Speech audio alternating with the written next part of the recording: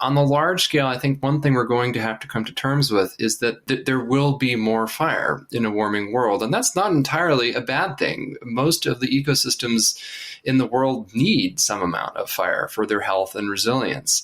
And so, to make it a specific point of action, I think we need to embrace the spectrum of fire, recognizing that it can be bad and catastrophic on one end, but also there is such thing as good fire, beneficial fire, and to harness it more actively through prescribed burning, indigenous cultural burning on much larger scales, and to have the collective acceptance of that, I think is maybe the largest scale, most important thing across different landscapes. Now, zooming in a little bit. But that's not an action, that's more an awareness, correct?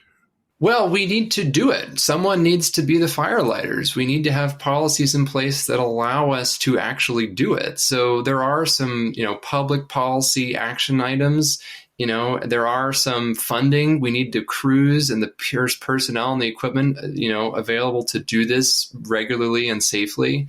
So, baked into that are the big picture policy world and advocacy things that I think we need there. But to zoom in a little bit more, as we get to community scale, thinking about, how we build either new communities or redesign existing communities, either in the wake of a disaster or even better, before the disaster strikes, to facilitate, if there is a disaster, make it easier to escape, make it easier for firefighters to get in.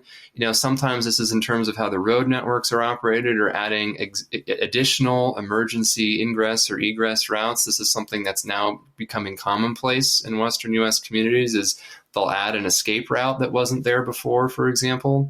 By the way, after 9/11, there was a building code change in New York that required stairwells of all high-rises to be twice as wide for newly built ones, to be twice as wide as they were previously designed. Because what they found in the trade towers is the firefighters were going up the stairs while other people were coming down, and they couldn't do that simultaneously. And so it greatly impeded the flow of people to where they needed to go. And I've seen that in all new buildings, and I think to myself, well, there's some learning that takes place from disaster, and here it is implemented. Right, and so that's a good analogy, and in this case, it just would take place in the case of roads. And then as we continue to zoom in, to the individual level and the individual community and even the individual homeowner or building owner level, what your house is built from really matters. How it's built really matters.